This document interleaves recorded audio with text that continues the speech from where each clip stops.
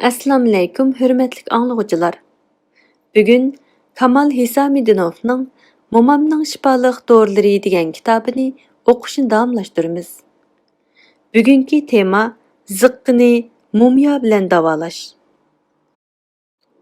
Ziqqini mumya bilan davolash. Manga hikoya qilib berguvchilarning gapi rost bo'lsa, chuchuk buya yildizi qaynatmasida damlangan mumya ziqqiga eng yaxshi dori emish. Bunun uchun 500 mg chuchuk buya qaynatmasida 0,5 gram mumyani demlash lozim. Bu demlanmadan cho'nglar 200 mg, kichiklar, ya'ni 8 yoshdan tuvan bolalarning normasi uningdan azroq. Har kuni atganligi bir qitim ichish shart. Demlanma to'nglatquda saqlanadi. Bugungi anglitishimiz mushu yergacha bo'lsin.